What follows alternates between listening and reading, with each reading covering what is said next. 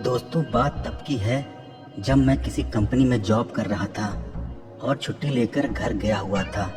हुआ कुछ ऐसा था कि मेरे घर पर दो लड़कियां किराए पर रह रही थीं। मुझे ये बात घर पे जाने के बाद पता चली, क्योंकि पापा ने कुछ ही दिन पहले ही कमरा किराए पे दे दिया था।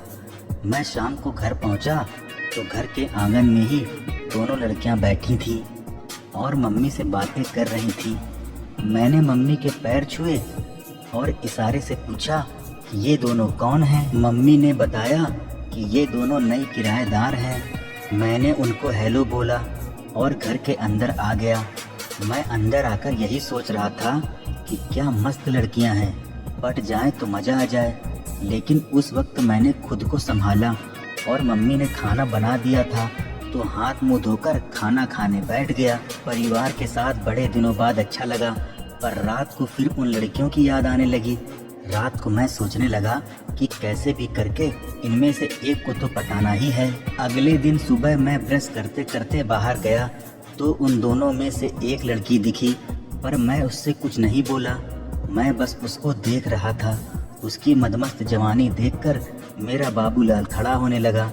वो टी शर्ट और ढीले ढाले पैजामे में बड़ी मस्त लग रही थी। मेरा दिल किया कि बस अभी जाकर इसे पकड़ लूं। वो भी मेरी नज़रों को भांप गई थी कि मैं उसे किस नज़र से देख रहा हूं। मैंने अपने अरमानों को किसी तरह रोका। मैं ब्रश करके अंदर आ गया। मेरे पापा जॉब करते हैं, इसलिए वे तैयार होकर अपनी जॉब के लिए निकल गए और मम्मी भी मार्केट चली गई। मैं गेट से निकलकर उनके गेट के पास जिधर सीढ़ियाँ थी वहाँ बैठ गया और फ़ोन चलाने लगा। तभी उन दोनों में से एक लड़की घर से बाहर चली गई। मैं उसे जाते देखकर खुश हो गया कि अब मैं एक पर निशाना बड़ी आसानी से साध सकता हूँ। कुछ देर बाद दूसरी वाली बाहर आई तो उसके बाल भीगे हुए थे। शायद वो नहाकर आई थी। वे जिस कमरे में रहती थी उस रूम में बाथरूम अंदर ही बना था। उसको इस हालत में देखकर मेरी हालत बिगड़ रही थी, पर मैंने खुद को संभाल कर लड़की को हाय बोला। उसने भी जवाब में हेलो कहा। मैंने उसका नाम पूछा तो उसने अपना नाम सपना बताया। मैंने भी अपना परिचय दिया। मैंने पूछा कि यहाँ क्या करती हो। उसने बताया कि हम दोनों जॉब करती हैं। जैसा उससे बात हुई उसके अनुसार आज चूँकि सपना की तबीयत खराब थी इसलिए वो घर पर ही थी और फिर सपना से मेरी बातों का सिलसिला शुरू हो गया। मुझे भी तो यही चाहिए था। उसकी तबीयत के बारे में पूछने से बातचीत शुरू हुई। इस सब के बहाने से मुझे उससे बात करने के लिए 2-3 घंटे मिल गए। उसने और मैंने बहुत सारी बातें की। मैंने बीच बीच में उससे फ्लर्ट भी किया। वो भी समझ गई थी कि मैं ज़्यादा चिपक रहा हूँ, पर मुझे कुछ नहीं कह पाई। कुछ देर बाद मम्मी वापस आ गई। दिन भर आराम करने के अलावा मेरे पास कोई काम नहीं था। शाम हुई तो मैं छत पे टहलने आ गया। थोड़ी देर बाद सपना भी ऊपर आ गई। हमारी बातें फिर शुरू हो गईं। अब की बार वो भी मेरे साथ थोड़ा फ्लर्ट कर रही थी। वो मुझे 2 अर्थ वाले जवाब भी दे रही थी। मैं समझ गया कि वो भी कुछ चाहती तो है।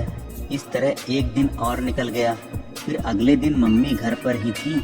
मम्मी को ये पसंद नहीं था कि मैं उस लड़की से जाकर बात करूं, इसलिए मैं सपना से बात नहीं कर सकता था। लेकिन मैंने दिमाग लगाया और सुबह उसके जॉब जाने से पहले मैं बाहर गया और सपना को इशारा करके उसे छत पे आने को कहा। वो थोड़ी देर बाद ऊपर आ गई। मैंने उसका नंबर लिया। उसने भी मुझे नंबर देने से मना नहीं किया। बस समस्या का समाधान हो गया। अब मैं उससे फ़ोन पर तो बात कर ही सकता था। माँ को भी पता नहीं चला और काम भी हो गया। मैंने उससे फ़ोन पे बात करना शुरू की। मैंने ज़्यादा देर ना करते हुए उससे बातों बातों में उसके बॉयफ्रेंड के बारे में पूछा तो उसने बताया कि उसका बॉयफ्रेंड है। मैंने पूछा कि वो कभी मिलने आता है। सपना ने बताया कि मुझे आपके पापा मम्मी से डर लगता है, इसलिए मैं अपने बॉयफ्रेंड को रूम पे नहीं बुला सकती हूँ। मैंने कहा अगर तुम मेरे से बात करोगी तो तुम्हारा बॉयफ्रेंड नाराज तो नहीं हो जाएगा। सपना बोली कि उसको इस बात का पता ही नहीं चलेगा। उसकी इस बात से मुझे पक्का यकीन हो गया कि वो अपनी मशीन मुझसे चलवाना चाहती है। और फिर हम दोनों शाम को छत पे मिले। शाम को माँ ने मुझे बताया कल से नानी बीमार हैं, इसलिए मुझे मामा के घर जाना है। मैं मम्मी की बात सुनकर मन ही मन खुश हो गया। दिन में तो पापा भी जॉब पर चले जाते हैं, किसी का कोई डर ही नहीं रह गया था। रात को ही मैंने सपना से फ़ोन पर बात की और उससे कहा, कल तुम जॉब पे मत जाना, मुझे तुमसे कुछ काम है। उसने हंसकर पूछा कि मुझसे क्या काम है। मैंने उसे कुछ नहीं बताया, बस इतना कहा कि कल रुक जाना। वो भी थोड़ी देर पूछने के बाद मान गई। मेरे 3 दिन की छुट्टी थी और अगली शाम को मुझे निकलना था, इसलिए अगले दिन ही सपना के साथ गाना गाना चाहता था।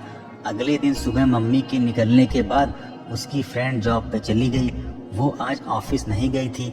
जैसे ही उसकी फ्रेंड निकली, मैं सीधा उसके रूम पे चला गया।